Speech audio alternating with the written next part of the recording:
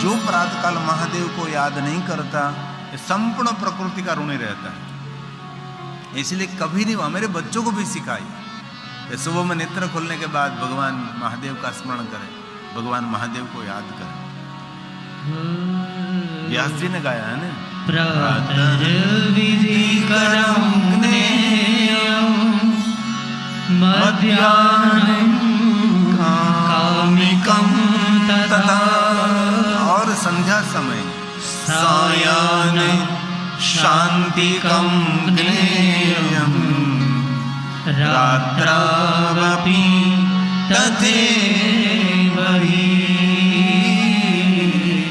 रात्रावपि तथैव हि। क्योंकि शिव जी की पूजा उपासना दर्शन रात्रि में भी, इसलिए रात्रावापत है, रात्रि में अलग महिमा होती है।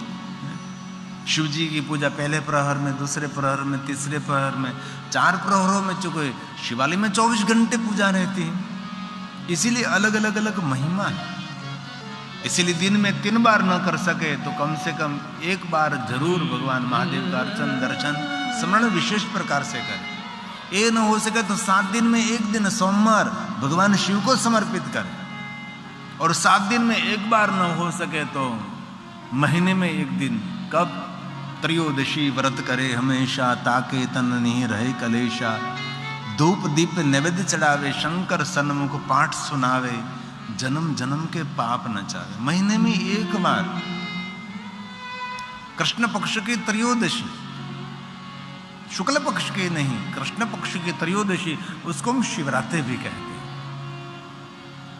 विशेष प्रकार से प्रदोष दर्शन, प्रदोष पूजन, उसके अलग अलग मंतव्य दिखाई दिए हैं। एक तो त्रयोदशी पूर्ण हो रही है, चतुर्दशी का प्रारंभ हो रहा है, दोनों तिथि के मिलन का समय जो पंचांग में लिखा रहता है वो प्रदोष का समय होता है। वैसे तो विद्वान आचार्य कहते हैं कि दोनों में से 6-6 मिनट ले ले, 12 मिनट का समय इस प्रदोष का। एक अभय मुहूर्त होता है 12:15 से 12:30 बजे तक, 20 मिनट का एक रहता है। इसी समय में भगवान महादेव की पूजा दिन में 12 बजे के बाद 12:30 पौने 1 बजे तक भगवान महादेव की पूजा की प्रधानता रहती है, दोपहर। लेकिन महीने में 1 बार त्रयोदशी, प्रदोष, जीवन के सभी दोषों में से मनुष्य मुक्त रहता है। प्रदोष व्रत की भी महिमा है, और जो 12 महीना प्रदोष व्रत करते हैं उसको लिए कोई उद्यापन की जरूर नहीं है। लेकिन जिन्होंने व्रत लिया है कि मैं 12 साल करूंगा, मैं 5 साल करूंगा, मैं 3 साल करूंगा, उनके लिए उद्यापन करना अच्छा लगता है। साल में 1 बार कर लेना चाहिए। उद्यापन में क्या होता है? विधि होती है, उसकी विशेष प्रकार से रुद्री पाठ करें, भगवान की विशेष प्रकार से पूजा करें, होमात्मक यज्ञ करें, इसमें ब्रह्म भोजन कराए, बटुक भोजन, बालिका भोजन कराए, और कुटुंब परिवार को भोजन कराए। ऐसा एक होता है भगवान महादेव का नैवेद्य, पूजा अर्चन दर्शन करने, हो गया उद्यापन। नहीं करे तो भगवान शिव जी के दरबार में कोई दोष नहीं। भगवान शिव जी सबको निर्दोषी जाहिर करते, उसका भक्त है, ये कभी दोषित नहीं रहता। इसलिए जीवन के सभी दोषों में से मुक्त होने के लिए प्रदोष के दिन भगवान शिव का दर्शन करें। त्रयोदशी पूर्ण हो रही है, चतुर्दशी का प्रारंभ हो रहा है, कृष्ण पक्ष है। इस दिन विशेष प्रकार से शिव का पूजन अर्चन न हो सके, दर्शन करें, दर्शन न हो सके, विशेष प्रकार से स्मरण करें। ये बात भी याद न रहे तो त्रयोदशी का संध्या समय, उस समय को भी प्रदोष मान सकते हैं। और ये भी नहीं हो सके तो कृष्ण पक्ष के त्रयोदशी के दिन सुबह में द्विज चंद्र की उपस्थिति में भगवान महादेव का स्मरण, भगवान महादेव का दर्शन, भगवान महादेव का अर्चन, उसको भी प्रदोष पूजा के हैं।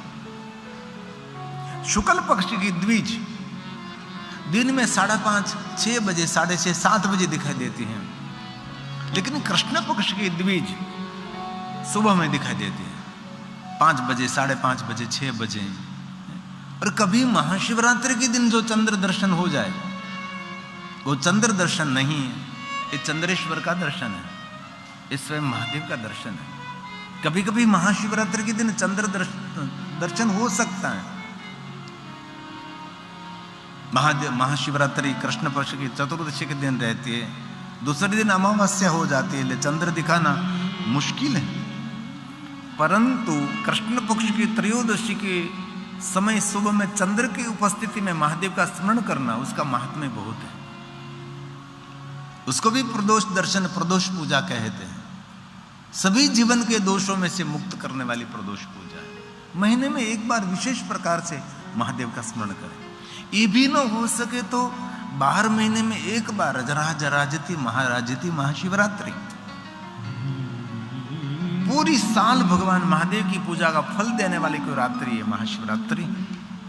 इसीलिए अलग अलग प्रहरों की महिमा है, अलग अलग मुहूर्त की महिमा है। कृष्ण पक्ष की अष्टमी के दिन विशेष प्रकार से महादेव का पूजन करें।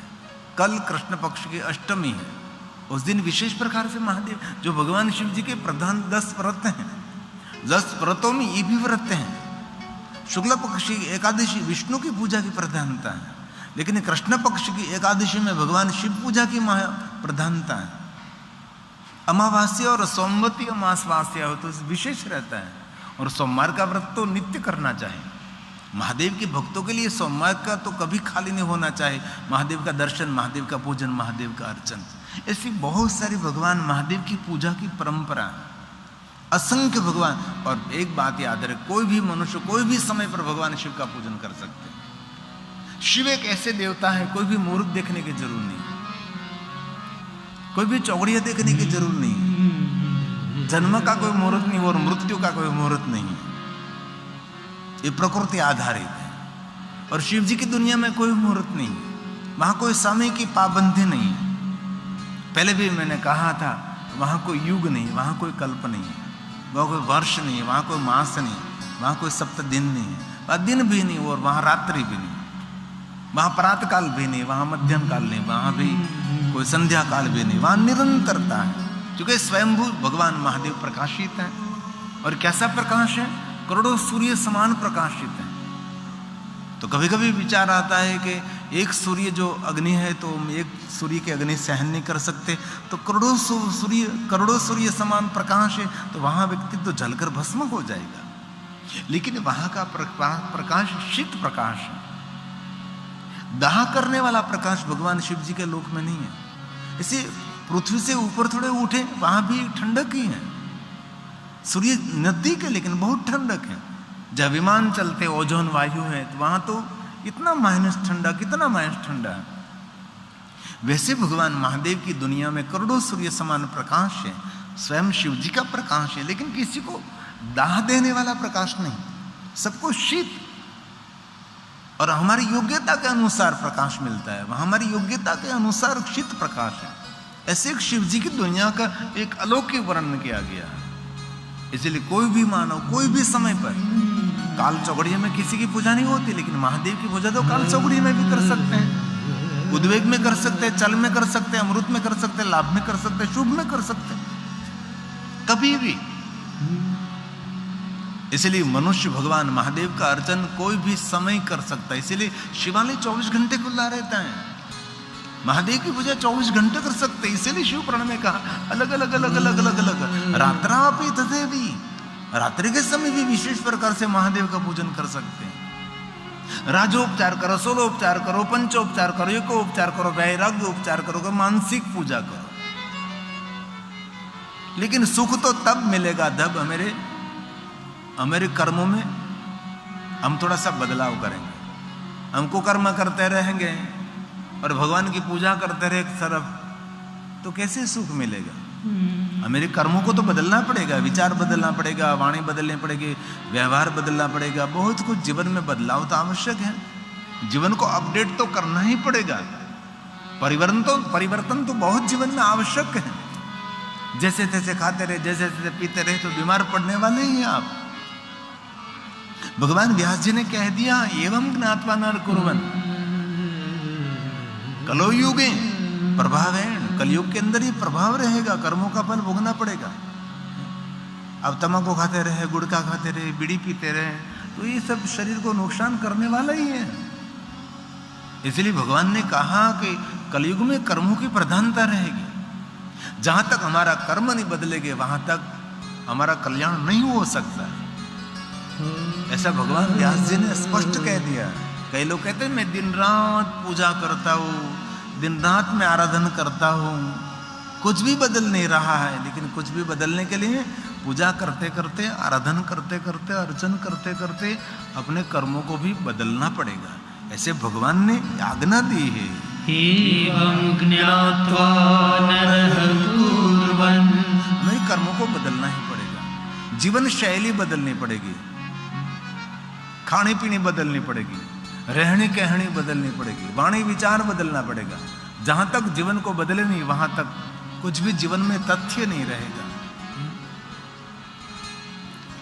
अस्त व्यस्त जीवन जीते रहोगे, वहां तक कुछ भी नहीं रहेगा। इसलिए भगवान ने कहा एवं ज्ञात्वा नरः कुर्वन् यथोक्त फलभाग् भवेत्। कलयुग में जैसे कर्म करोगे वैसा फल मिलेगा, ऐसा भगवान ने कहा है। कलो युगे विशेषेण फल सिद्धिस्तु कर्मणाम्, फल सिद्धिस्तु कर्मणाम्। इसलिए कथा सुनकर दृढ़ निर्णय करें, कभी दूसरों के लिए बुरी सोच हमारी नहीं होनी चाहिए, शत्रुओं के लिए भी नहीं, दुश्मनों के लिए भी नहीं। व्यवहार बदलने से पहले विचार बदलना पड़ता है, विचार बदलने से पहले आहार को बदलना पड़ता है। इसलिए साधु पुरुष, महापुरुष, विद्वान पुरुष, आचार्य, पढ़ा लिखा हमारा विद्वान, विप्रजन जहां तहां और जिसे तिसे के हाथ का भोजन नहीं करते, क्योंकि भोजन का बहुत बड़ा प्रभाव पड़ता है विचार पर। इसलिए भोजन की पवित्रता पहले होनी चाहिए। इसे फल सिद्धिस्तु कर्मणा, जैसे कर्म करोगे वैसा फल मिलेगा। हमने बहुत बार ये बात कही, रामचरितमानस तुलसी ने भी यही कहा, कर्म प्रधान विश्व रचेता का। जब भगवान प्रकट हुए, ब्रह्मा ने भगवान शिव की स्तुति की, तो ब्रह्मा के द्वारा रुद्र के रूप में भगवान प्रकट हुए। तो रुद्रदेव ने क्या कह दिया, ब्रह्मा को कह दिएगा, ब्रह्मा आपने सुंदर सृष्टि की रचना की है, करी है, लेकिन आप किसी को सुख नहीं दे सकते, आप किसी को दुख भी नहीं दे सकते। सुख और दुख उसके कर्मों का आधार रहेगा। इसलिए जो सत्कर्म है उसका फल सुख है, कुकर्म है उसका फल दुख है। इसलिए ब्रह्मा जी को बांध लिया भगवान ने। आप ऐसा नहीं समझो कि आपने सुंदर सृष्टि की रचना की तो आप किसी को सुख दे सकते, किसी को दुख दे सकते हैं, नहीं। ये कर्मों के बंधन में बंधी हुई ये दुनिया रहेगी, ये पूरा विश्व रहेगा। श्रुत्वा यस्या प्रभावेन दुख नाशो भवेत्। प्रथम स्वयंभू शिवलिंग की महिमा गाई है, जो धरती में से आप ही आप शिवलिंग प्रकट होते हैं। ऐसे अगणित भगवान महादेव के स्वयंभू शिवलिंग इस धरती पर है। और स्वयंभू शिवलिंग की पूजा कोई भी दिशा में बैठकर कर सकते हैं आप।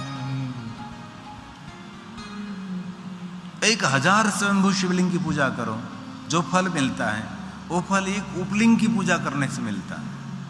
उपलिंग की भी पूजा कोई भी दिशा में कर सकते हैं। और 1000 उपलिंगों की पूजा करने के बाद फल मिलता है, वो एक ज्योतिर्लिंग के दर्शन करने मात्र से मिलता है। इसीलिए ज्योतिर्लिंगों की दर्शन की महिमा है। कभी ज्योतिर्लिंग की पूजा करने का अवसर न मिले तो मन छोटा मत करिए। जो कोई ज्योतिर्लिंगों के दर्शन की परंपरा है, दर्शन की महिमा है ज्योतिर्लिंग की। एक ही ज्योतिर्लिंग, एक ही उपलिंग, एक ही स्वयंभू शिवलिंग, जो स्वयंभू प्रकट रहते हैं। और एक ही स्थापित शिवलिंग, ब्राह्मणों के द्वारा, साधु संतों के द्वारा, महापुरुषों के द्वारा जो शिवलिंग की स्थापना की जाती है, विप्रजनों के, सती नारियों के द्वारा, राजाओं के द्वारा, उसको कहते हैं स्थापित शिवलिंग। और वास्तव में देखे शिव महाप्र ग्रंथों को स्थापित शिवलिंग की पूजा कोई भी दिशा में बैठकर नहीं कर सकते। सिर्फ एक दक्षिण दिशा में बैठकर उत्तर दिशा की ओर दृष्टि रखकर स्थापित शिवलिंग की पूजा करें। पीछे भी नहीं, आगे भी नहीं, जलधारी की तरफ नहीं। दिशा भेद समझ में नहीं आता तो जिस दिशा में जलधारी जाते हैं उसके विरुद्ध दिशा में आपकी दृष्टि जलधारी की ओर रहनी चाहिए। और जलधारी के तरफ कभी नंदी महाराज को स्थापित नहीं करना चाहिए। भगवान महादेव के सन्मुख नंदी और कुर्म रहते हैं। मैंने कल भी कहा था, शिवालय के यंत्र है, शिवालय के मंत्र हैं। भगवान शिव जी का शिवलिंग है, वहां कैसे देवता, किस स्थान पर देवता विराजमान रहते हैं। तो स्थापित शिवलिंग की पूजा दक्षिण दिशा में बैठकर उत्तर दिशा की ओर दृष्टि रखकर, दिशा भेद समझ में न आवे तो जिस तरफ जलधारी बहते उसके विरुद्ध दिशा में बैठकर दृष्टि आपकी जलधारी की ओर रहनी चाहिए। ऐसे एक स्थापित शिवलिंग की सुंदर महिमा है। चर शिवलिंग, अंग के अवयव को भी लिंग माना है, उसको चर शिवलिंग कहा है। बिंदु लिंग जो यंत्र होते हैं, कुबेर यंत्र होते, लक्ष्मी यंत्र होते, गणेश यंत्र होते, श्री यंत्र होते, यंत्र में एक छोटी सी बिंदु होती है, उसको बिंदु लिंग कहा जाता है। कोई भी यंत्र, शिव के बिना कोई यंत्र नहीं है, इसलिए यंत्रों की भी परंपरा है, इनमें भी शिव जी का स्थान रहते, बिंदु लिंग कहते हैं। हमारे जो गुरुदेव हैं उसको गुरुलिंग कहा है और साक्षात उसको भगवान मानते हैं हम। बंदौ गुरुपद कंज कृपा सिंधु नर रूप हरि, रामचरितमानस तुलसी जो ने गाया, नर रूप हरि, नर में हरि है, हमारा भगवान हो, जिनके तरफ से आध्यात्मिक मार्ग मिला है, जिनकी तरफ से हम भगवान का मार्ग मिल रहे हैं, जिनकी तरफ से भगवान की ओर गति कर रहे हैं। ऐसे सदगुरु को भी गुरुलिंग माना है। कई लोग कहते हैं कि गुरु को बदल नहीं सकते, लेकिन शिव महापुराण ग्रंथ में 6 मास की अवधि दी है। कोई सदगुरु का शरण आपने लिया और 6 मास में आपको कुछ भी नहीं मिला, कुछ भी नहीं मिला, तो 6 मास के बाद आप इस सदगुरु को छोड़कर अन्य सदगुरु के चरण में जा सकते हैं। लेकिन शर्त रखी शिव पुराण ग्रंथ में, जिन सदगुरु को आपने छोड़ दिया है उसके कभी निंदा नहीं, उसके लिए भली बुरी बात नहीं करनी, उनके अनुयायी हैं, उनके आश्रित हैं, उनका भी कभी निंदा नहीं, उसका भी कभी अनादर नहीं है।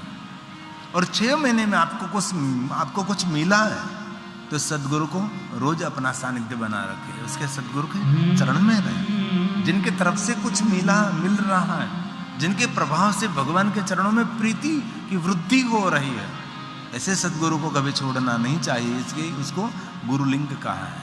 शिव महापुराण ग्रंथ में उसका भी बहुत सुंदर विस्तार है। इसीलिए सदगुरु कौन है? नर रूप में हमारे हरि है। मैं बंधन करता हूँ, बंद हूँ, बंदौ गुरुपद कंज कृपा सिंधु नर रूप हरि, महामोहतम पुंज जशु बचन रवि करनी कर, बचन रवि करनी कर। दिन के वचन सूर्य के प्रकाश की तरह, जैसे सूर्य उदय होता है तो अंधकार मिट जाता है, वैसे सदगुरु के वचनों से हमारी अज्ञानता दूर हो जाती है। ऐसे सदगुरु को हम गुरुलिंग के रूप में मानते हैं। एक पाषाण शिवलिंग, जो शिल्पकार पत्थर में जो शिवलिंग बनाते उसको पाषाण शिवलिंग कहा है। कोई भी नदी के जल प्रवाह में पत्थर बहते बहते जाते हैं और लिंगाकार का एक रूप ले लेते हैं, उसको बाणलिंग कहा है। कोई भी नदी का पत्थर, इसमें सप्तगंगाओं के जल प्रवाह में जो शिवलिंग निर्माण होते हैं उसको श्रेष्ठ माना है। सप्तगंगाओं में भी माता नर्मदा के जल प्रवाह में जो शिवलिंग निर्माण होते हैं उसको नर्मदेश्वर महादेव कहते हैं, उसको बाणलिंग कहते हैं।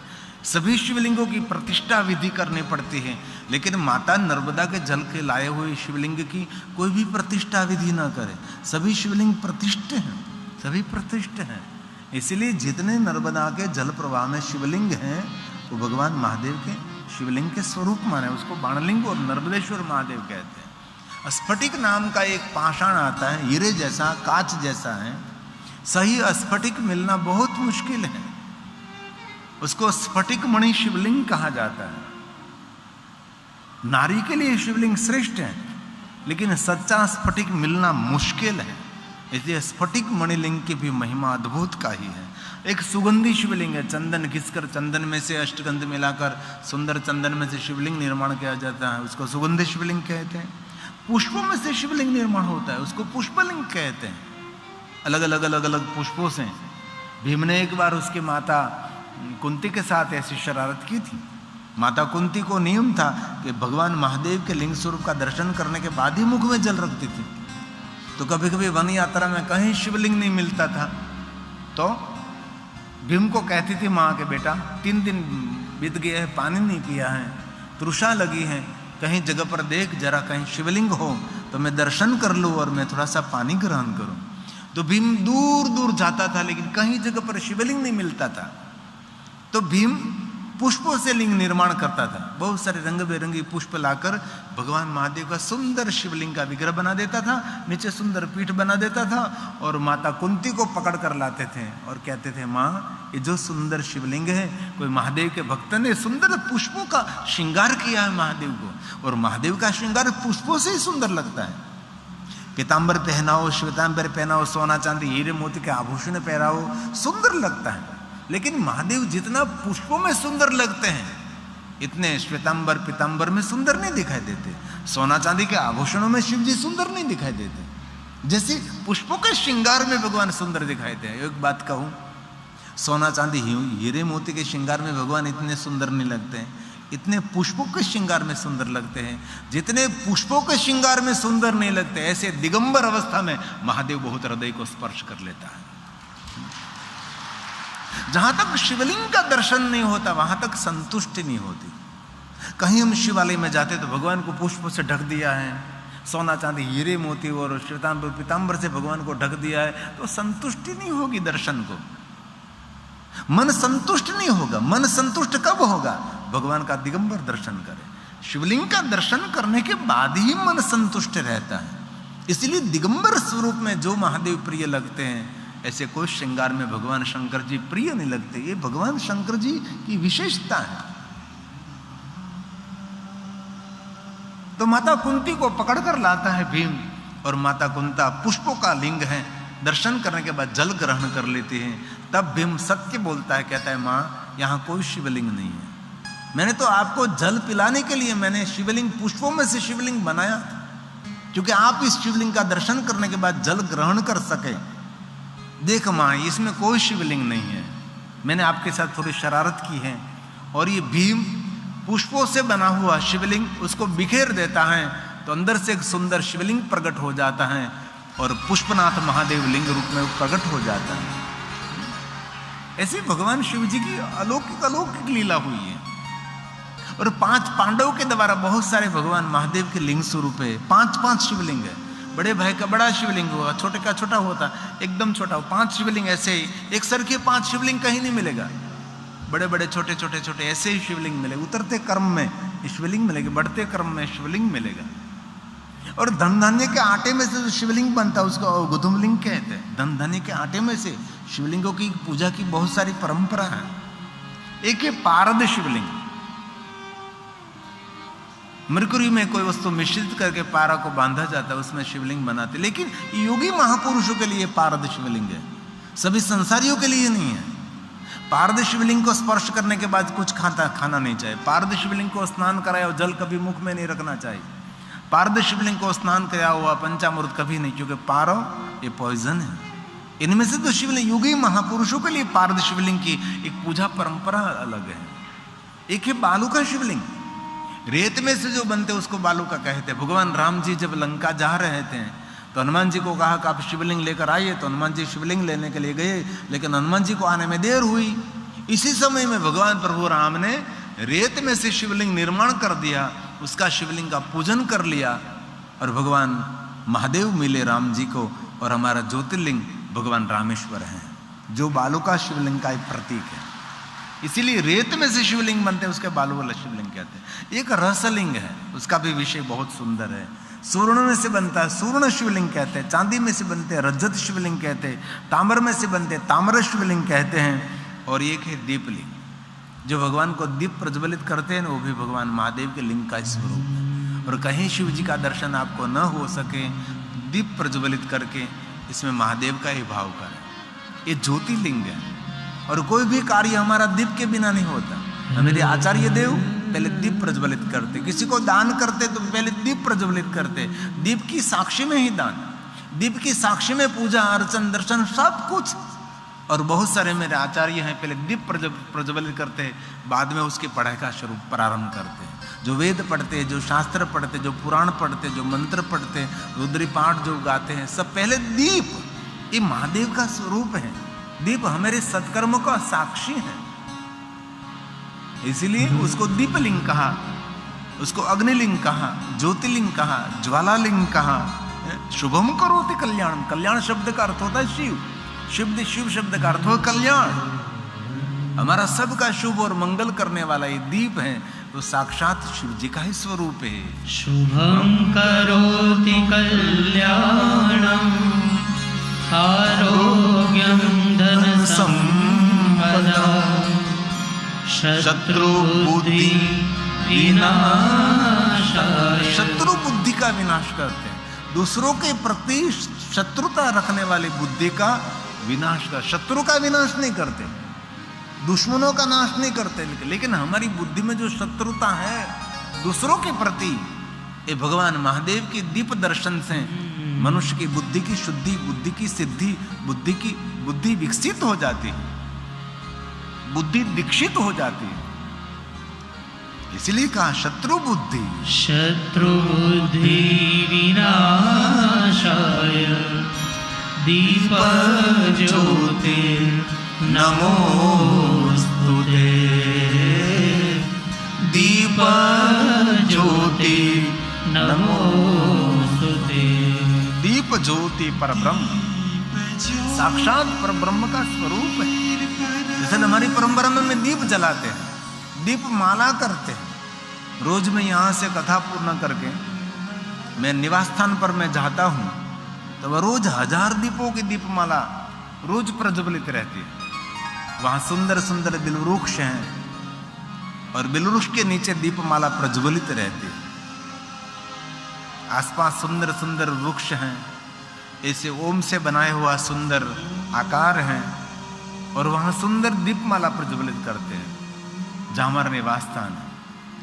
और ये हमारे दिलीप भैया ने और श्री तपस्विनी वाटिका बहन ने सबने निर्णय लिया है कि बहुत मिलने के लिए आतुर है, आपको व्यक्तिगत मिलना। अभी जो आप टेलीविजन में देख रहे हैं, जहाँ मैं रहता हूँ और जहाँ निवास स्थान है, जो मेरे दिलीप भैया का घर है, दिलीप जी का घर है, उसके घर में रोज 1000 दीपों की दीपमाला रोज वहाँ प्रज्वलित रहती है, रोज प्रज्वलित रहती है।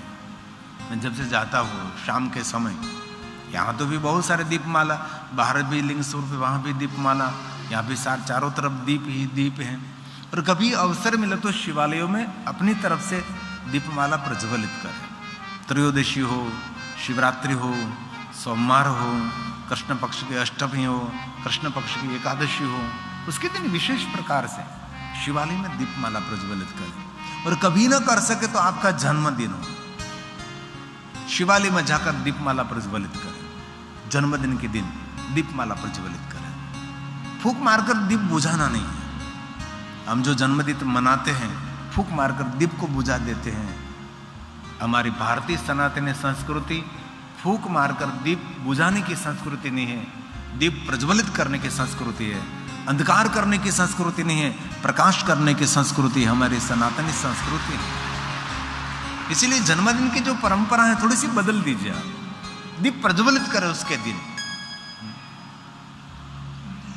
इसलिए जहां मैं रहता हूं वहां, और निर्णय लिया है कि बहुत सारे भाई बहन मिलने के लिए उत्सुक है, क्योंकि टेलीविजन में, सोशल मीडिया में कथा सुनते रहते हैं, परिचित रहते हैं, मिलना नहीं पाते।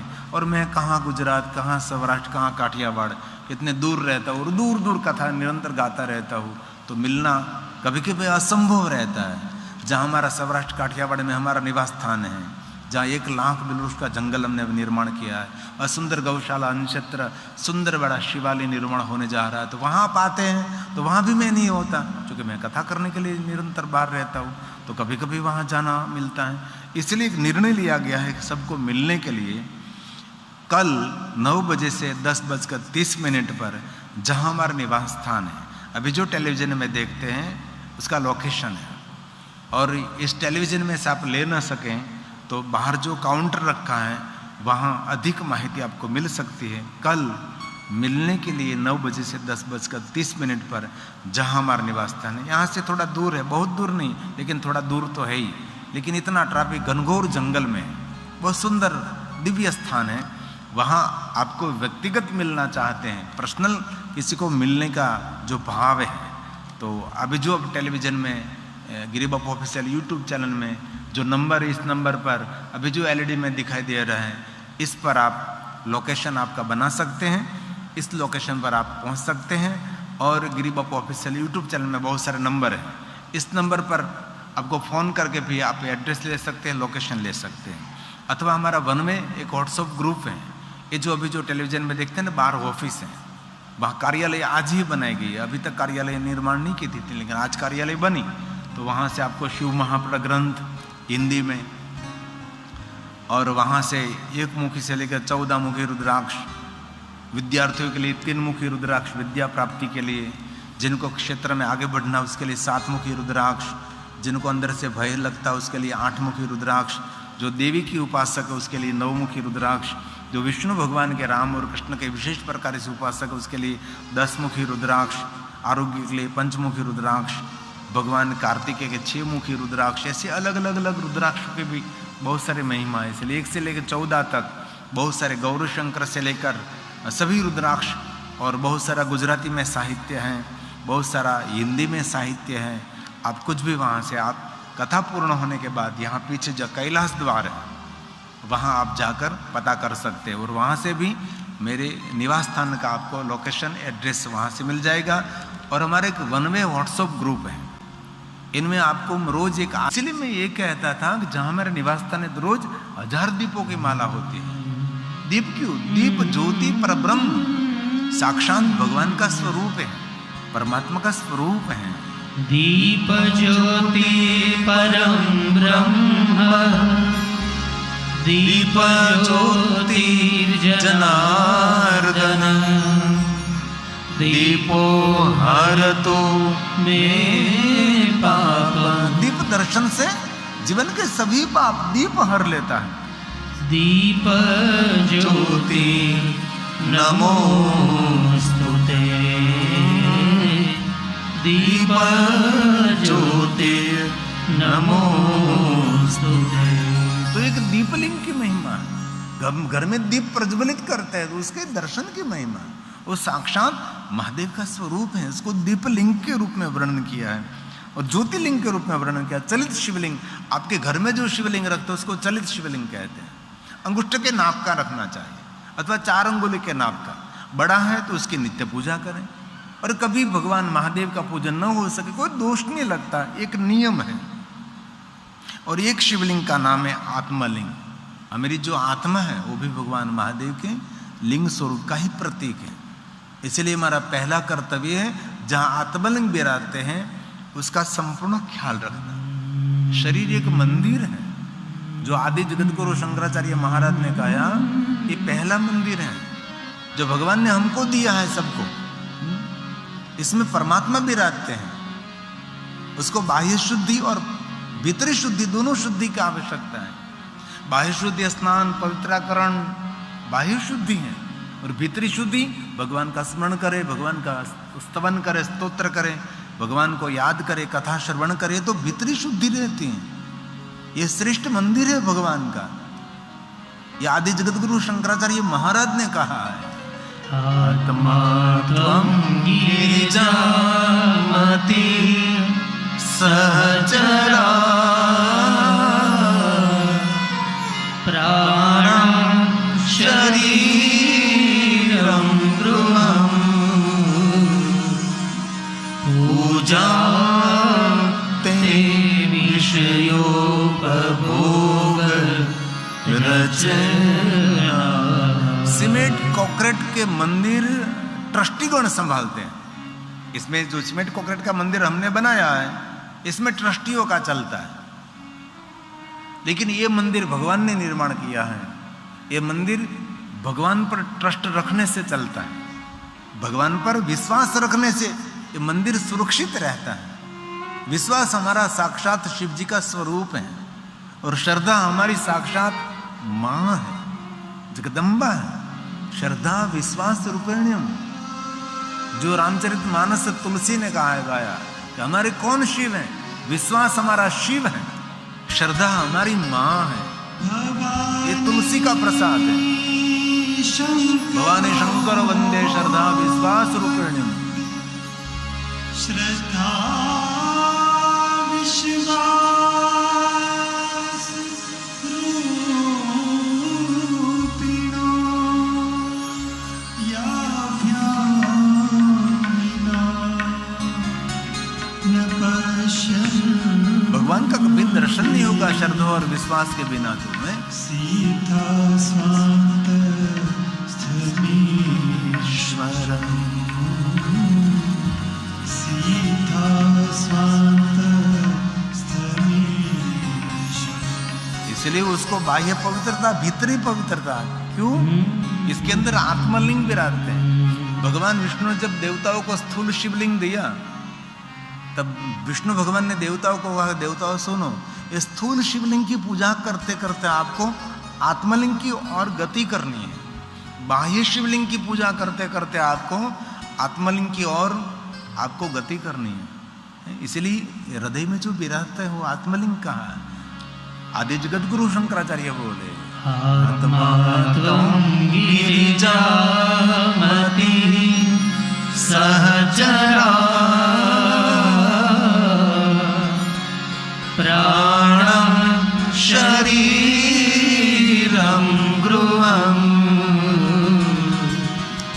पूजा ते विषयोपभोग रचना। भगवान को याद करते करते सो जाओ तो निद्रा समाधि स्थिति हित लोक हित के लिए चलते रहो। संचार पदयो प्रदक्षिण विधि जगत हित के लिए कुछ अच्छा बोलो। स्तोत्राणि सर्वांगिरो जगत हित लोक हित के लिए जिन्होंने अपना जीवन समर्पित कर दिया उनका जीवन ही एक पूजा है। यद्य कर्म करोमि तत् दक्षिणं शम्भो तवाराधनं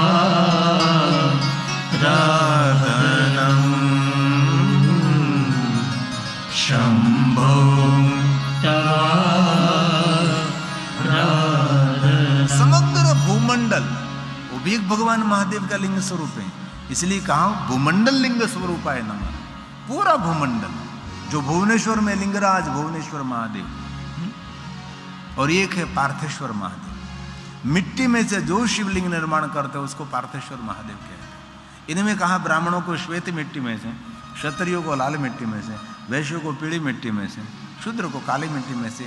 इसकी जाति ज्ञाति के अंदर नहीं जाते हुए पवित्र स्थान से मिट्टी लाकर इसके अंदर से कचरे कांकरे को दूर करके शुद्ध जल मिश्रित करके अति सुंदर भगवान महादेव के पार्थेश्वर लिंग निर्माण किया जाए।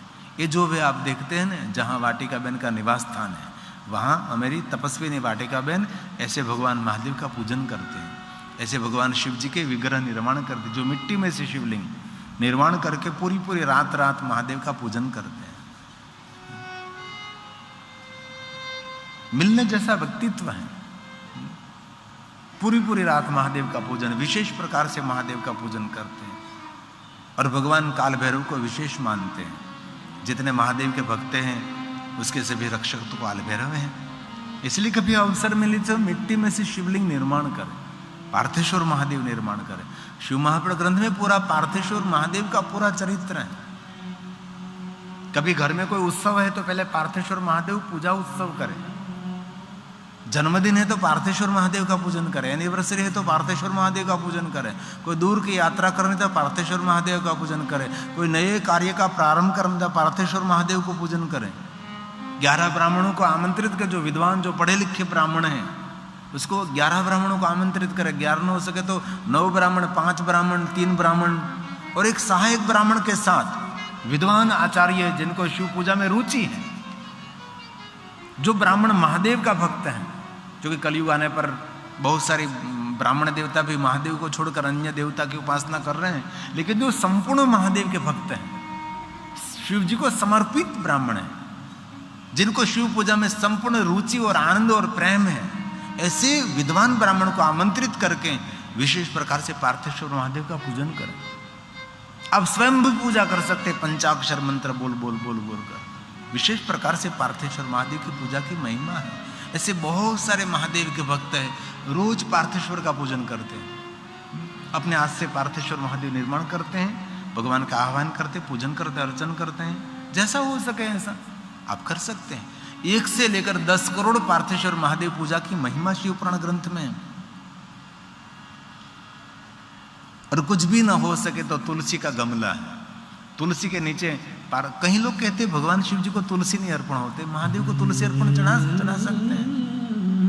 इसमें महादेव के दरबार में कोई बहुत भेद नहीं। बिलीपत्र और तुलसी दोनों भगवान शिव जी को तो प्रिय हैं। तुलसी पत्र महादेव को चढ़ा सकते हैं प्रेम पूर्वक। बिलीपत्र और तुलसी पत्र में शिव जी के लिए क्या भेद? ये ब्रह्मा जी ने श्लोक गाया है, नारद जी को सुनाया। मुक्ति फलम तस्य तुलस्या पूजे द्यादि। महादेव को तुलसी जो पूजा करते हैं, भुक्ति और मुक्ति, संसार के भोग देते हैं महादेव और मुक्ति प्रदान करते हैं महादेव। अर्क पुष्पै प्रतापं च कुंभक हलर कै। अलग अलग पुष्पों की महिमा है, अलग अलग पुष्पों की महिमा है। कुंभक हलर कै सदा। बहुत सारे पुष्प पूजा है, पूरी पुष्प पूजा। कैसे पुष्प महादेव को चढ़ाने से क्या फल मिलता है? शत्रु के त्रास में से मुक्त होने के लिए ये आंकड़े का फूल महादेव को चढ़ा है। काल भैरव को, हनुमान जी को जैसे आंकड़े, शत्रु के त्रास में से मुक्त होना है, रोग से मुक्त होना है तो आंकड़े के पुष्प, पुत्र कामना के लिए धतुरु पुष्प है। ऐसे बहुत सारी पुष्पावली है जिनको कहते हैं पुष्प पूजा। महादेव को अर्पण करें, लेकिन कभी पार्थेश्वर महादेव का विशेष प्रकार से पूजन करें। कुछ भी विधि विधान आपको याद नहीं, कुछ ख्याल नहीं, कोई खबर नहीं, पता नहीं, तो क्या करें? तुलसी के नीचे जो मिट्टी रहते है, इस मिट्टी में से वहां शिवलिंग निर्माण कर लीजिए। छोटा सा शिवलिंग निर्माण कर दी, वहां जल चढ़ा दीजिए, हो गई पार्थेश्वर की पूजा। कभी कहीं बिलवृक्ष है, बिलवृक्ष के नीचे बहुत सारी मिट्टी रहती है, तो इसी मिट्टी में से सुंदर धीरे धीरे सुंदर शिवलिंग बना दीजिए, नीचे सुंदर पीठ बना लीजिए, बस जल चढ़ा दीजिए, होगी पार्थेश्वर महादेव की पूजा। उससे सरल नहीं हो सकता। और जितने शिवलिंग इतनी पीठ बनानी पड़ती है, तो जितने शिवलिंग इतनी पीठ आप न बना सको तो एक शिवलिंग बनाओ, एक पीठ बनाओ और छोटे छोटे शिवलिंग बनाकर शिवलिंग के आसपास रख दीजिए, जिनको मणिलिंग कहा जाता है। ऐसे एक से लेकर अनेक शिवलिंग बना सकते हैं। इसमें यंत्र पार्थेश्वर महादेव पूजा होती है, अलग अलग यंत्र बनाते हैं, छोटे छोटे मणिलिंग निर्माण करके यंत्र। अभी जो टेलीविजन में देखते हैं ऐसे एक शिवलिंग और एक पीठ है, पास में छोटे छोटे शिवलिंग को स्थापित किया जो टेलीविजन में आप देखते हैं, उसे यंत्र पार्थेश्वर महादेव पूजा है। और छोटे छोटे जो पीठ नहीं है सभी शिवलिंगों को मणिलिंग कहा जाता है। वैसे अनेक पार्थेश्वर महादेव की पूजा जो भी आप टेलीविजन में देखते हैं, ये भगवान महादेव की अलग अलग पार्थेश्वर महादेव की पूजा की रचना है। ऐसे हमारे विद्वान आचार्य ऐसे पार्थेश्वर महादेव का विशेष प्रकार से पूजन कराते हैं। शिवपुराण ग्रंथ में पूरा पार्थेश्वर महादेव का पूरा चरित्र है, बहुत लंबा लंबा विधि विधान बहुत कुछ है, लेकिन जितना हो सके इतना आप कर सकते हैं। अभी जो देखते हैं अलग अलग फोटो दिखाई देते हैं, ये पार्थेश्वर महादेव है। तो जो कोई मनुष्य रोज पार्थेश्वर महादेव का पूजन करते उसके लिए क्या अपमृत्युहरम, अकाल मृत्यु नहीं होती। और काल मृत्यु, किसी का श्राप लगा है तो पार्थेश्वर महादेव की पूजा करने से श्राप में से मुक्ति मिलेगी। ये भगवान व्यास ने गाया। अपमृत्युहरं काल मृत्युश्रापी विनाशनम्। किसी ने आपको श्राप दिया है, श्राप में से मुक्त होना है आपको, पार्थेश्वर महादेव का पूजन करें। मिट्टी में से शिवलिंग में निर्माण करके भगवान का आह्वान करके श्रद्धा पूर्वक महादेव की पूजा करें। मैंने बहुत बार कहा, दक्ष महाराज ने अत्रिपुत्र चंद्र को श्राप दिया था और क्षय रोग हुआ था, तो ब्रह्मा जी ने कहा चंद्र महाराज प्रभास तीर्थ में जाकर पार्थेश्वर महादेव का पूजन करें। तो अत्रिपुत्र माता अनसुया का पुत्र चंद्र प्रभास तीर्थ में गया और पार्थेश्वर महादेव की पूजा की, और इसमें से भगवान महादेव प्रकट हुए और हम सबको एक ज्योतिर्लिंग मिला, जिनको हम सोमेश्वर महादेव कहते हैं, सोमनाथ महादेव कहते हैं, प्रथम ज्योतिर्लिंग कहते हैं। इसलिए श्राप में से भी मुक्ति देने वाला ये पार्थेश्वर महादेव है। बहुत सारे मैंने शिव भक्तों को देखा रोज पार्थेश्वर की पूजा करते, डेली करते, और कहीं की ट्रेन में भी पूजा करते हुए मैंने देखा है। किसी के अगर मेहमान होकर जाते तो वहां भी पार्थेश्वर की पूजा करने लगते हैं। ऐसे पार्थेश्वर महादेव पूजा की महिमा है। इसलिए भगवान ने वचन दिया है, मन कामना पूर्ण करने वाली पूजा पार्थेश्वर की पूजा। अपमृत्यु हरं काल मृत्योर्शापि विनाशनम् सद्यः कलत्र पुत्रादि धन धान्यं प्रदं द्विजा धन धान्यं प्रदं द्विजा। दान धान्य सब कुछ देने वाला, धन निर्धन को दे सदा ही, जो कोई जहां से हो फल पाए। पुत्रहीन कर इच्छा कोई निश्चय शिव प्रसादते होई। भगवान शिव एक ऐसे देवता हैं, सभी कामना सभी मनोकामना पूर्ण करते हैं। इसलिए रोज रोज न कर सके, महीने में एक बार, महीने में एक बार न कर सके तो 12 महीने एक बार कभी महाशिवरात्रि भूलना नहीं चाहिए। अपने घर में भगवान की पूजा करें। क्योंकि महाशिवरात्रि के दिन शिवालय में तो बहुत भक्तों की संख्या होती है, इसलिए महाशिवरात्रि के दिन शिवालय में दर्शन करना, तो बाहर से शिखर का दर्शन कर लीजिए।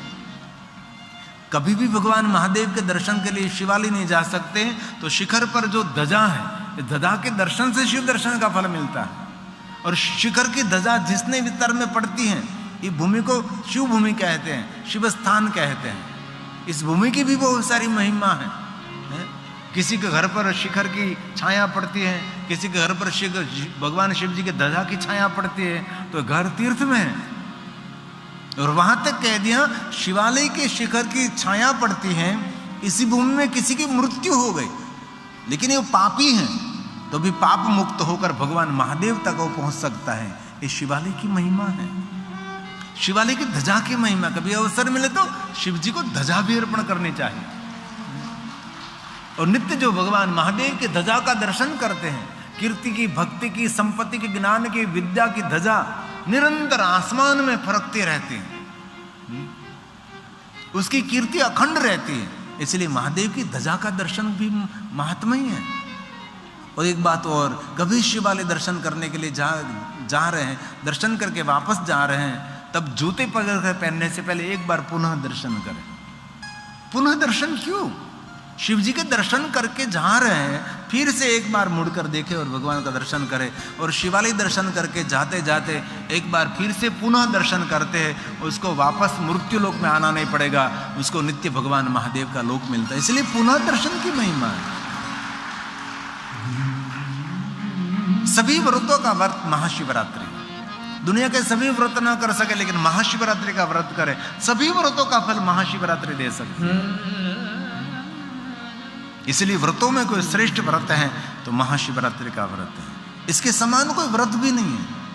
हो सके तो उपवास करें, उपवास ना कर सके तो वाणी का उपवास करें, महाशिवरात्रि दिन मौन रहे, जितेंद्रिय रहे, निरंतर भगवान शिव का स्मरण करें। महाशिवरात्रि दिन शिवालय नहीं जा सके, घर में रहकर पार्थेश्वर महादेव का पूजन करें। आपके घर में जो शिवलिंग है, चलित शिवलिंग, उसका पूजन करें, उसको जल से स्नान कराओ, उसको अर्चन वंदन पूजन करो, दीप प्रज्वलित करो उसके सामने।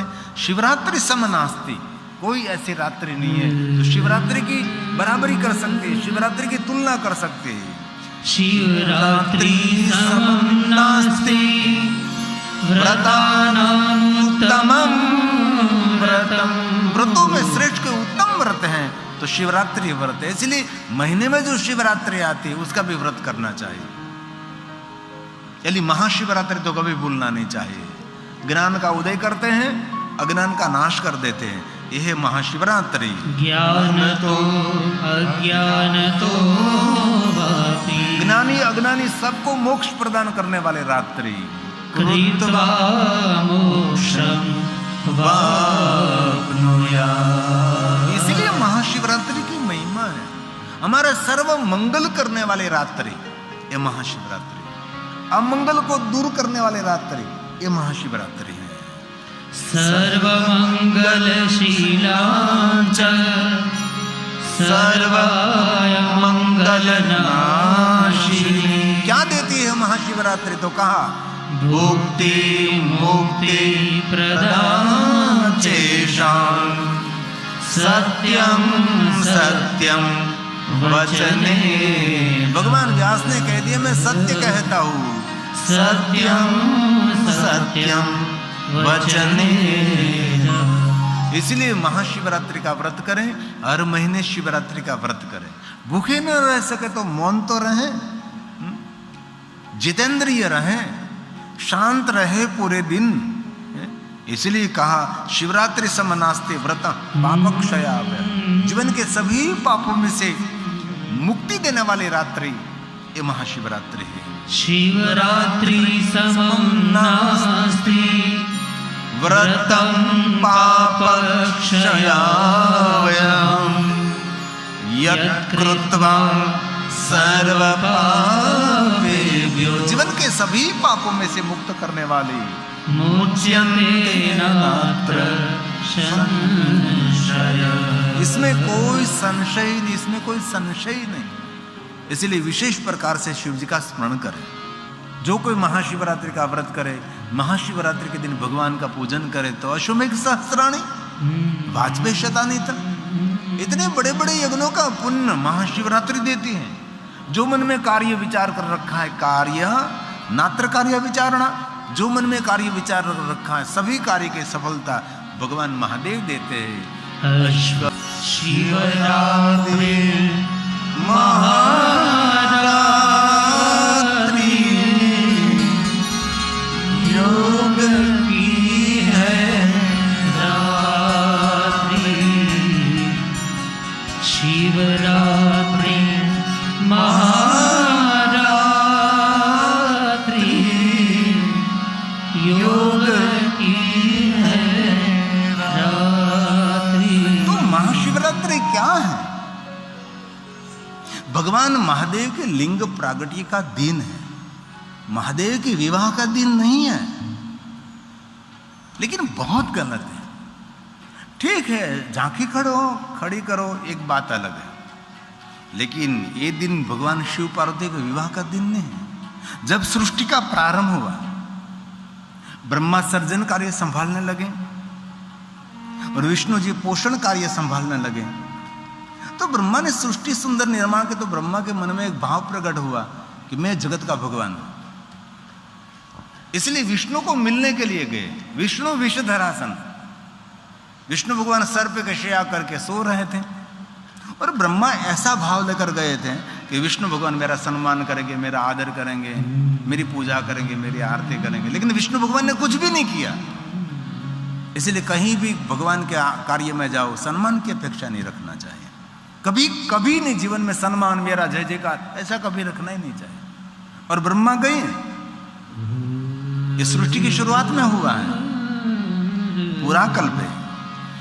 पुरा कदाचि योगींद्र। प्रथम सृष्टि की शुरुआत में ब्रह्मा जी कहाँ गए? विष्णुर्विषधरासन। विष्णु विषधरासन, सर पे कशया करके विष्णु शयन कर रहे थे, वहां गए। लेकिन विष्णु भगवान ने ब्रह्मा जी का शाब्दिक सम्मान कर लिया, पधारिए ब्रह्मा जी। और ब्रह्मा जी ऐसा मन में भाव लेकर गए थे कि मेरा सम्मान करके जय जयकार करके मेरी आरती उतारे कि मैं जगत का भगवान हूं। ऐसा कुछ हुआ ही नहीं, इसलिए ब्रह्मा को बुरा लग गया।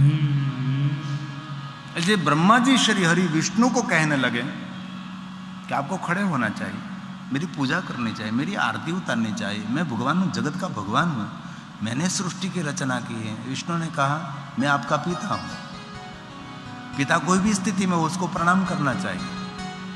इस सृष्टि में पहले प्रागट्य मेरा हुआ, मेरी नाभि में से कमल हुआ, कमल में आप प्रकट हुए, इसलिए मेरे द्वारा आपका सर्जन हुआ, इसलिए मैं आपका पिता हूँ। और बाद में हुआ, विष्णु ने कहा कि मैं महान हूँ, ब्रह्मा ने कहा मैं महान हूँ। दोनों देवताओं के बीच वांगम युद्ध शुरू हुआ, शब्द की युद्ध, शाब्दिक युद्ध शुरू हुआ। ये पहले कल्प में हुआ है। कल्पे महाकाले प्रपन्ने लोकवीश्रुता। दोनों देवताओं के बीच अयोध्यता महात्मानो। सामान्य नहीं, महान आत्माओं ब्रह्मा विष्णु परस्पर, ब्रह्मा विष्णु परस्पर युद्ध करने लगे। और वांगमय युद्ध पूरा नहीं हुआ तो बाहुयुद्ध करने लगे। देवताओं ने देख लिया तो देवताओं ने आदिदेव परमपिता परमात्मा को प्रार्थना की, युद्ध को आप शांत करें भगवान, आप ही जगत के रचयिता हैं शिव, आपके जगत ही करता हरता आप हैं। लेकिन ब्रह्मा भी और विष्णु दोनों आज आपको भूल गए हैं, आपकी माया से मोहित होकर दोनों युद्ध कर रहे हैं, युद्ध को शांत करें। और देवताओं ने प्रार्थना की तो भगवान आकाश से पाताल तक एक अग्निस्तंभ के रूप में प्रकट हुए। और भगवान व्यास ने कहा तयोर्मान निराकर तो आकाश से पाताल तक एक निराकार अग्निस्तंभ प्रकट हुआ। क्या क्या प्रकट हुआ? ब्रह्मा विष्णु के बीच में प्रकट हुआ। तन्मध्ये परमेश्वर ब्रह्मा विष्णु के मध्य में प्रकट हुई। कैसा रूप प्रकट हुआ? निष्कल स्तंभरूपेण स्वरूपम समदर्शया स्वरूपम ब्रह्मा भी दूर गए, विष्णु भी दूर चले गए, क्योंकि अग्निस्तंभ प्रकट हुआ।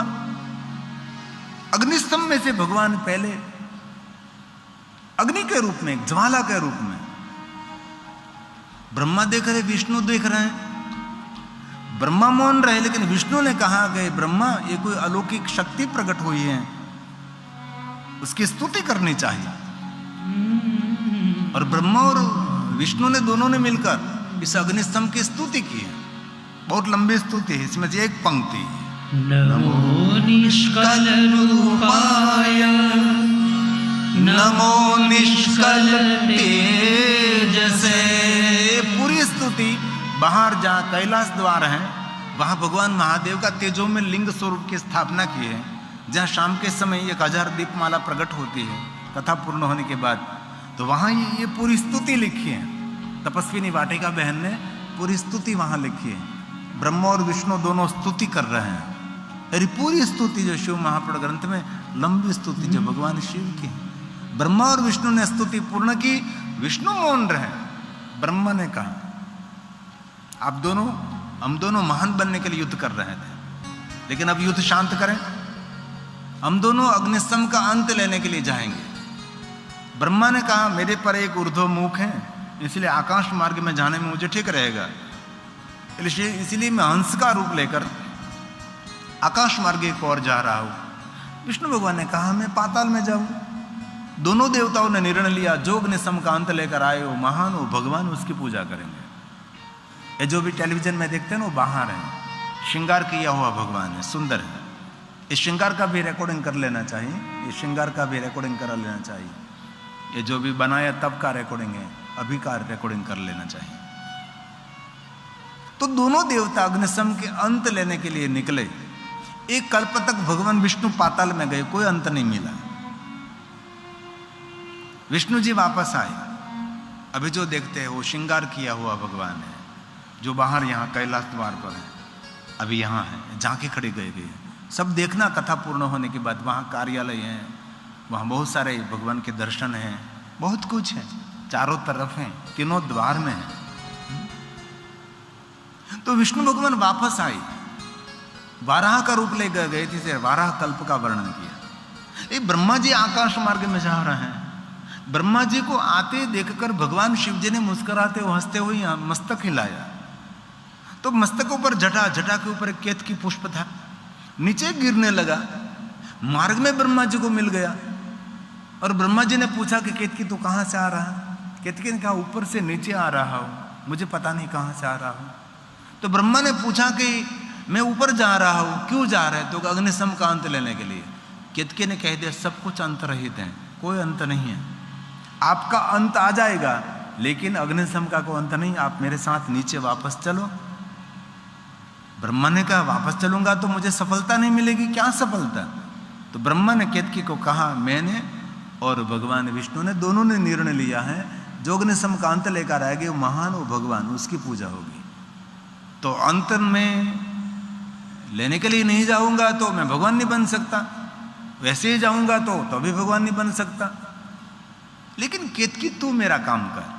बोलिए ब्रह्मा जी, मुझे भगवान विष्णु पूछें कि आपने अग्निस्तंभ का अंत ले लिया तो मैं कहूंगा और मेरी बात न माने तो मैं कहूंगा इस केतकी को पूछ लीजिए, ये साक्षी है, गवाह है। आपको पूछे विष्णु तो आपको मेरे लिए झूठ बोलना है। पहले तो कहा कि नहीं नहीं, मैं तो महादेव के मस्तक पर रहने वाला हूं, इतना सुगंधी पुष्प हूं, मैं कैसे झूठ बोल सकता हूं। और ब्रह्मा जी ने कहा कि एक बार मेरे लिए झूठ बोल, मैं भगवान बनने के बाद तुझे मेरे साथ में रखूंगा, तू जो कहे वैसे सब कुछ करता रहूंगा। केतकी लालच में पड़ा, लालची बना। लालची व्यक्ति कभी जीवन में सफल नहीं होता। कोई बात नहीं, चलो ब्रह्मा जी आपके लिए मैं झूठ बोलूंगा। लेकिन प्रश्न हुआ कि महादेव की जटा से केतकी पुष्प नीचे क्यों गिरने लगा? शिव जी ने जटा में से ठीक से नहीं रखा होगा, मस्तक हिलाया, केतकी पुष्प नीचे गिरने लगा। क्यों गिरने लगा? क्योंकि जब शिव जी ने मस्तक हिलाया तब ब्रह्मा जी को देखकर हिलाया था कि मेरे बनाए हुए मेरे अंत लेने के लिए आ रहे हैं। इस बात पर भगवान महादेव हंसे थे।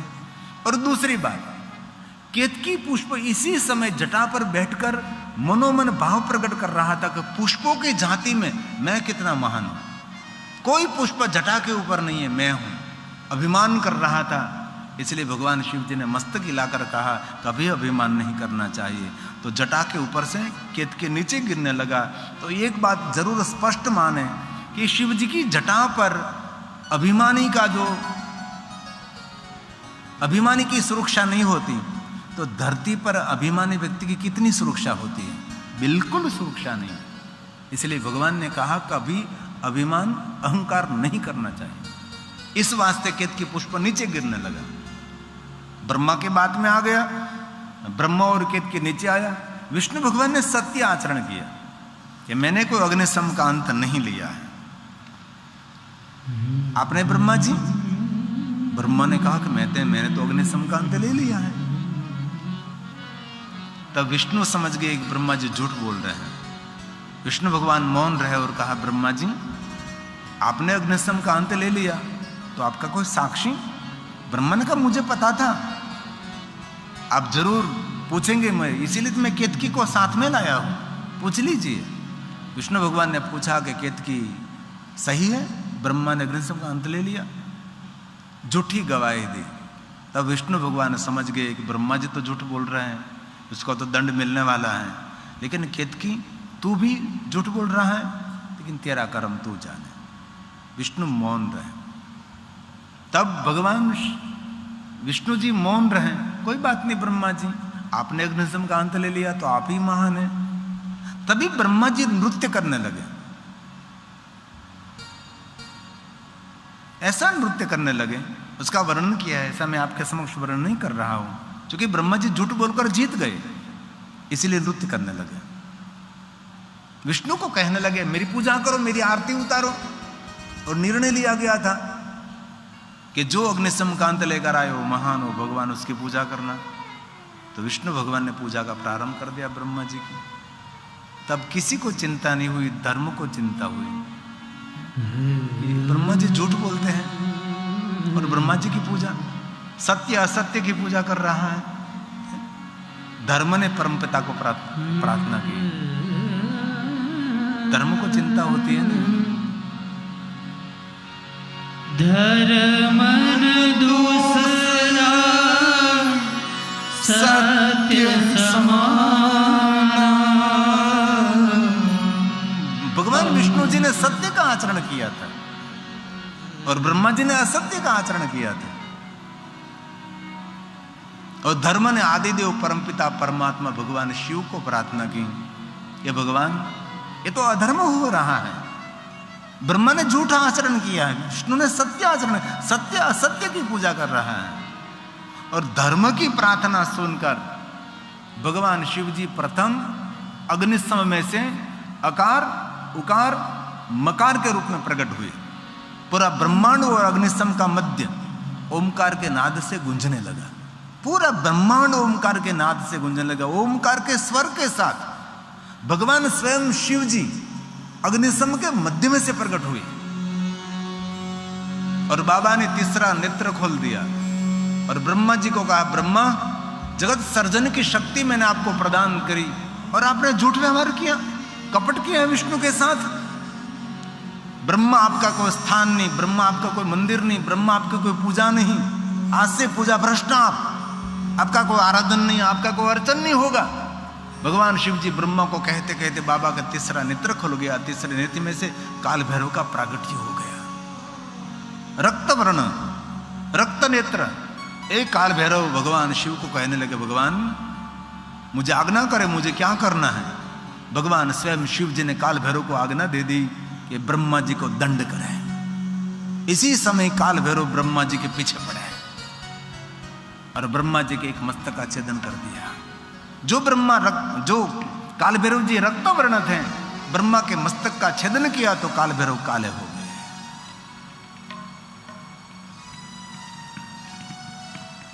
महादेव के नेत्र के द्वारा प्रकट हुए काल भैरव है। और बहुत लोग ऐसा कहते हैं काल भैरव मेले विद्या वालों का देव है, काल भैरव शमशान का देव है। ऐसा कुछ भी नहीं। काल भैरव साक्षात भगवान शिव जी का स्वरूप है। 64 भैरव हैं, अष्ट भैरव की महिमा है। और कभी शिव महाप्र ग्रंथ को देखे तो काल भैरव की महिमा किसने गाई? भगवान विष्णु जी ने काल भैरव की महिमा गाई है। लक्ष्मी जी को काल भैरव की महिमा सुनाई। जितने महादेव के भक्त हैं, सभी महादेव के भक्त के रक्षक काल भैरव हैं।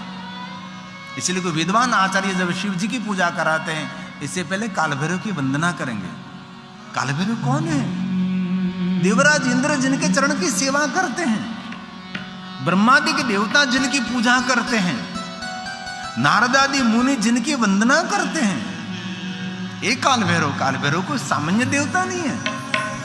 जहां जहां महादेव का स्थान होता है वहां काल भैरव जी विराज बन रहे हैं। अंध भैरव है, क्रोध भैरव है, शांत भैरव है, बटुक भैरव है। ऐसे अलग अलग भैरवों की महिमा है। रुरु भैरव है। यहाँ जो भगवान महादेव का स्थापन है वह अष्ट भैरव है। वहाँ चंड भैरव है, क्रोध भैरव है, काल भैरव है, उन्वंत भैरव है, कपाल भैरव, भीषण भैरव और संहार भैरव भी है। असितांग भैरव भी है। ये भैरव की महिमा है।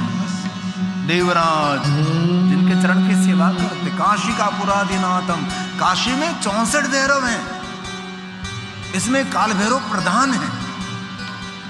जो भगवान विष्णु जी ने लक्ष्मी जी को कहा था, ये काल भैरव साक्षात महादेव का स्वरूप है। जितने महादेव के भक्त हैं सबके रक्षक काल भैरव है।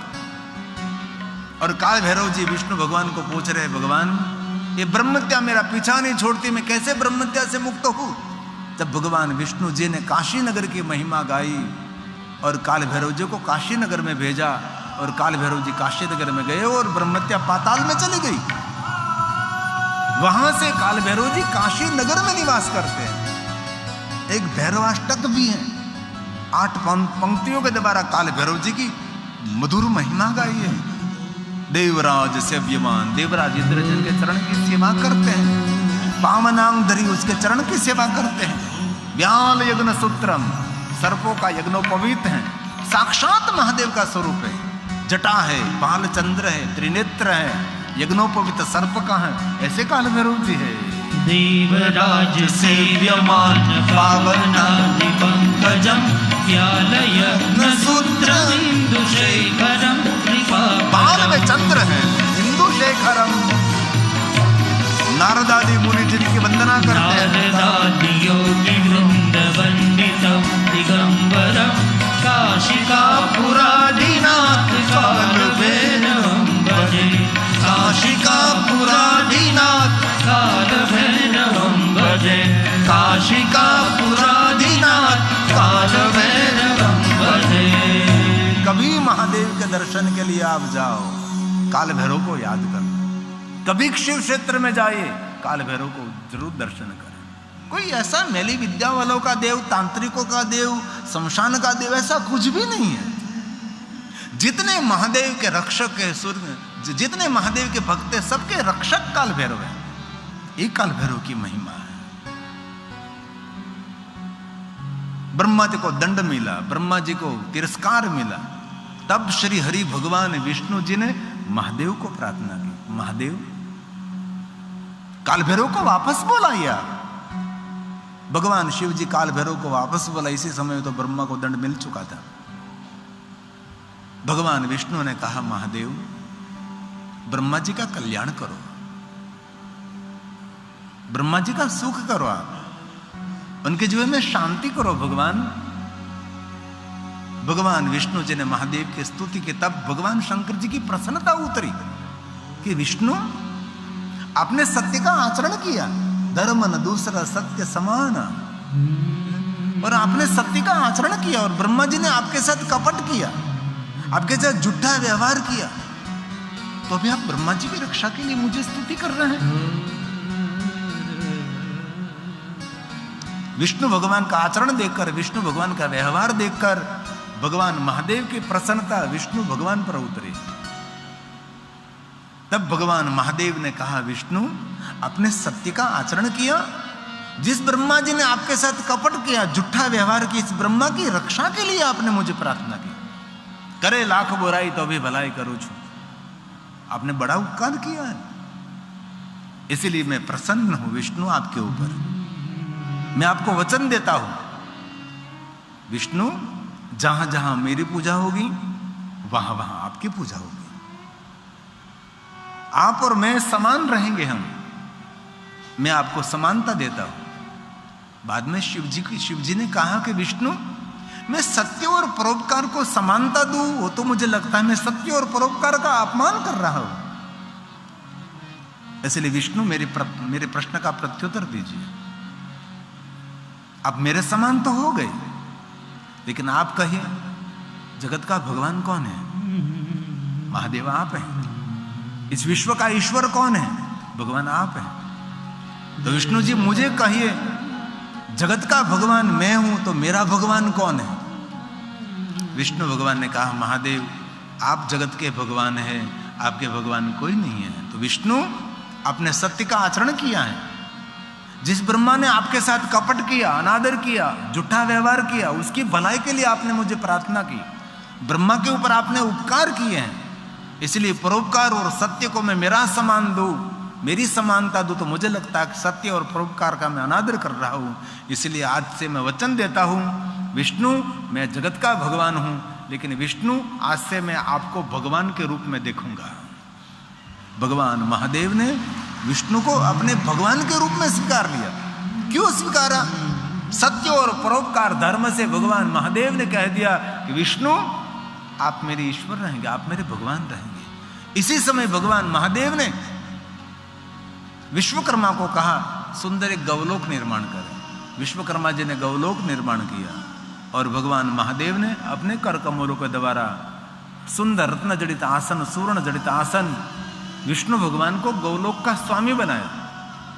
और स्वयं भगवान महादेव ने जयकार किया और सभी देवताओं को कह दिया कि देवताओं सुनिए जरा, विष्णु मेरे समान रहेंगे और मैं आज से विष्णु को मेरे भगवान के रूप में स्वीकारता हूं, क्योंकि उसने सत्य का आचरण किया है, उसने परोपकार किया है।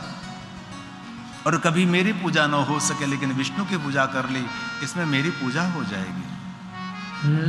भगवान विष्णु जी ने कहा कि महादेव जो महान है वही दूसरों को महानता दे सकते हैं, जो श्रेष्ठ हैं वो दूसरों को श्रेष्ठता प्रदान कर सकते हैं। ये तो आपकी महानता है, लेकिन आप तो मेरे इष्ट है भगवान, आप तो मेरे भगवान है महादेव जी, मेरे आराध्य देव महादेव आप हैं। तब भगवान विष्णु जी ने कहा महादेव मुझे कुछ बोलना है। भगवान विष्णु जी ने कहा महादेव सुनिए जरा, जितने मेरे भक्त हैं ए स्वामी सुनिए जरा, स्वयं श्री हरि बोले, विष्णु भगवान बोले स्वामी। विष्णु भगवान ने कहा कि मेरे जितने भक्त हैं वो कभी महादेव आपकी निंदा करेंगे। महादेव ने कहीं विष्णु भगवान को स्वामी नहीं कहा, लेकिन जब श्री हरि विष्णु शिव जी की स्तुति कर रहे हैं तब विष्णु भगवान ने कहा आप मेरे स्वामी हैं।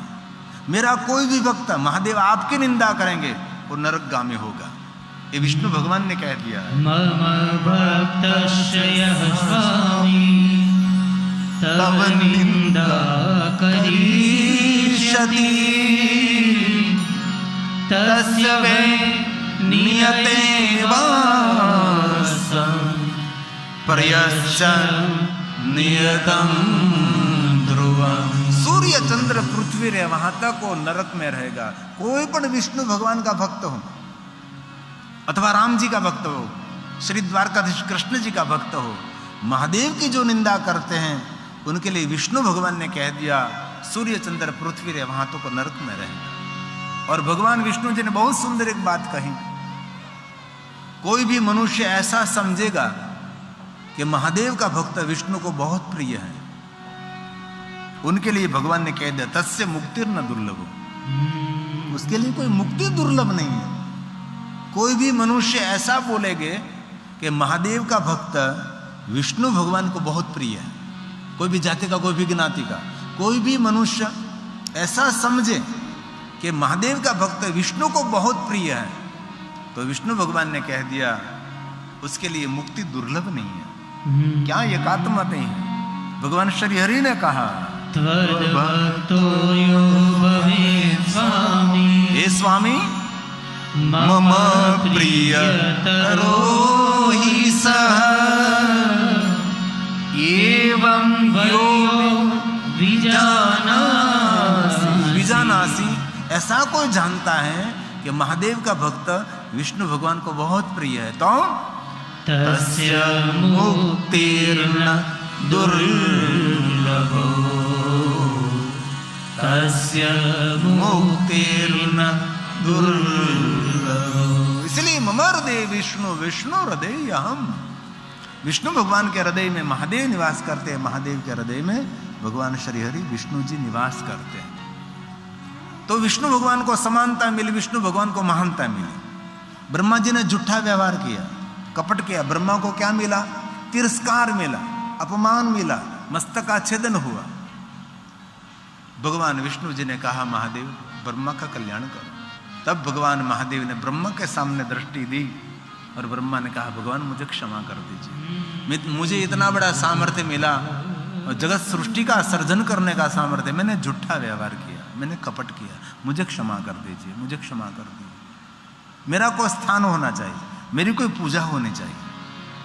तब भगवान महादेव ने कहा पृथ्वी पर कहीं आपका मंदिर नहीं रहेगा, पृथ्वी पर एक स्थान पर आपकी पूजा की प्रधानता रहेगी, जिनको हम पुष्कर तीर्थ कहते हैं। ब्रह्मा पुष्कर तीर्थ में आपकी पूजा की प्रधानता रहेगी, पुष्कर तीर्थ में आपकी यात्रा रहेगी, अन्य को स्थान पर आपका मंदिर नहीं रहेगा। सभी तीर्थों में पुष्कर तीर्थ सदगुरु कहलाएगा, सभी तीर्थों के गुरु रहेंगे और सभी तीर्थ की यात्रा करें और यात्रा का फल पुष्कर तीर्थ में से मिलेगा, इसीलिए पुष्कर में आपकी प्रधानता रहेगी। ब्रह्मा यज्ञ यागादि का आप आचार्य रहोगे, कोई भी यज्ञ होगा इनमें आपकी प्रधानता रहेगी।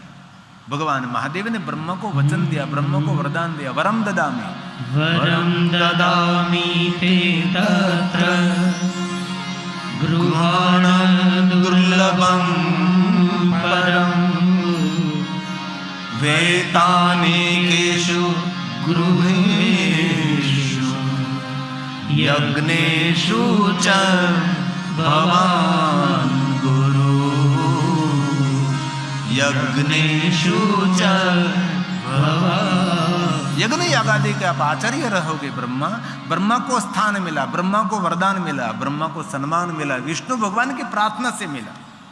अब भगवान महादेव की दृष्टि केतकी पुष्प पर पड़ी और भगवान ने कह दिया तूने झूठा व्यवहार, इतनी सुगंध मस्तक ऊपर तुझे मैं धारण करूं और तूने झूठा व्यवहार, तू लालची बना, ब्रह्मा जी का संग किया तूने।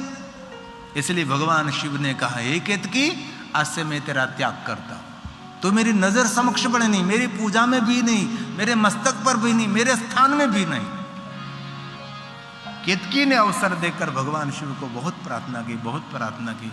तब भगवान ने कहा सुन, केशव तेरा स्वीकार करेंगे, विष्णु भगवान तेरा स्वीकार करेंगे, मैं तेरा स्वीकार नहीं करूंगा।